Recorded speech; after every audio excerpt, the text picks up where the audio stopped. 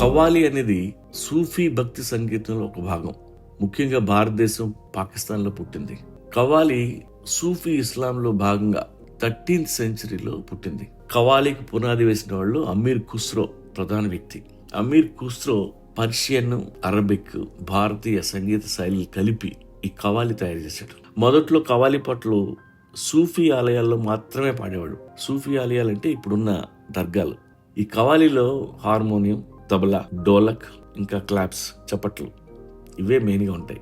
వీళ్ళు ఈ కవ్వాలి పాటల్ని ఇంటర్నేషనల్ స్థాయికి తీసుకెళ్లారు. ఆ తర్వాత మెల్లగా ఇవి సినిమాల్లో ప్రవేశించాయి. ఈ కవ్వాలి సాంగ్స్ ఇంకా కొనసాగిస్తూ ఎంతో మందిని ఉత్సాహపరుస్తూ ఇప్పుడు మన మధ్య ఉన్న మరో గొప్ప సింగర్ రాహత్ ఫతే అలీ ఖాన్.